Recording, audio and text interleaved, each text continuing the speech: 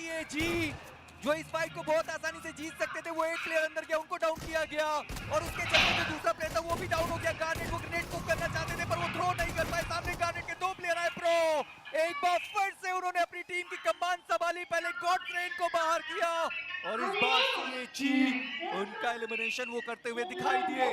International cup में आज इतिहास रचने वाली नेबुला वो टीम बन सकती है जो बैक टू बैक चिकन निकाल सकती है। उनके पास अभी भी वो पूरी काबिलियत है। हालांकि ह्यूनबिन ने परेशानी बहुत बढ़ाई थी आखिरी में आके, लेकिन नेबुला आज क्या खेले हैं ये सारे players. But mad kings, mad respect to them as well, अपने कंपाउंड को शानदार तरीके से डिफेंड किया। एक बार नहीं, बार बार डिफेंड किया। टोटल फ्रैग्स उनके पास और अब एक प्योर 2v2 की बैटल बची है इस मैच में। पर वहीं पर प्रो को आप देखिए, क्या बढ़िया वो स्प्रे था स्कारल के साथ 3x और स्प्रे बहुत अच्छे तरीके से वो कनेक्ट भी हुए हैं।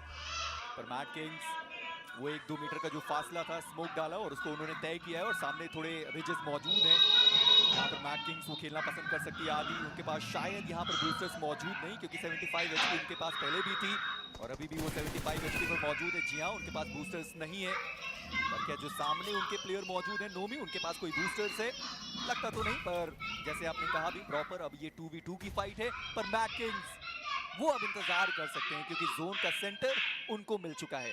काफी अच्छी रोटेशन, आई थिंक उनको भी पता था कि नेबुला के प्लेयर्स इतनी अच्छी पोजीशन में अभी नहीं है। यही मौका है कि जोन के सेंटर में आप जाएं। स्मोक बिछा के पहुंच गए जोन के सेंटर में, बट नेबुला मौका पूरा है। एक स्प्लिट है, दोनों प्लेयर्स को अगर आप देखें अलग अलग एंगल से अटैक करना चाहते हैं। वही मैड किंग्स दोनों प्लेयर्स एक साथ बट स्पॉट किया। लीजिए नोमी, he knows about you, Apollo knows about you.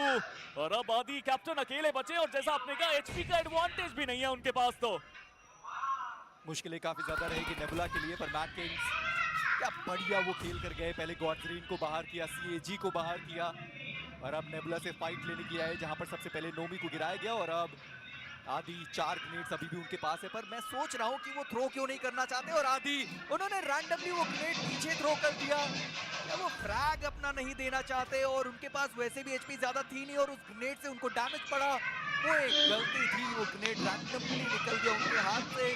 पर मैड किंग्स अभी भी वो इंतजार करना पसंद करने वाले क्योंकि उनको भी पता है कि एक गलती और चिकन डिनर उनके हाथ से जा भी सकता है। देखिए अब तो कोई चारा भी नहीं है। आदि के पास जोन आ रहा है, उनको आगे बढ़ना ही पड़ेगा। मैड किंग्स के पास पूरी अपॉर्चुनिटी के इस मैच में वो चिकन निकाले, बट आदि क्या कुछ गेम पलट सकता है ये खिलाड़ी। पहले भी कई बार हमने उनको मैजिक करते देखा है। वो नेड अगर क्लोज जाता तो शायद कुछ चेंज होता, बट आदि एक नेड और एक सपना उनके साथ अब भी। बट मैड किंग्स दोनों प्लेयर्स अलग थलग मौजूद, इंतजार करते हुए कि कब वो बाहर आएंगे। वो नेड काफी करीब आबादी के आता हुआ, थोड़ा सा पीछे गए बट डैमेज बहुत लिया। जीतना संभव लगता हुआ नेबुला की आदि की तरफ से और मैड किंग्स काफी तेजी से अब एक चिकन की तरफ आगे बढ़ते हुए। यहाँ पर आदि मुझे ऐसा लगता है कि वो जो ग्रेनेड्स उन्होंने थ्रो करे वो जानबूझकर उन्होंने थ्रो करे क्योंकि मैड किंग्स उनकी पोजीशनिंग तो नेबुला को पहले से भी पता था नहीं।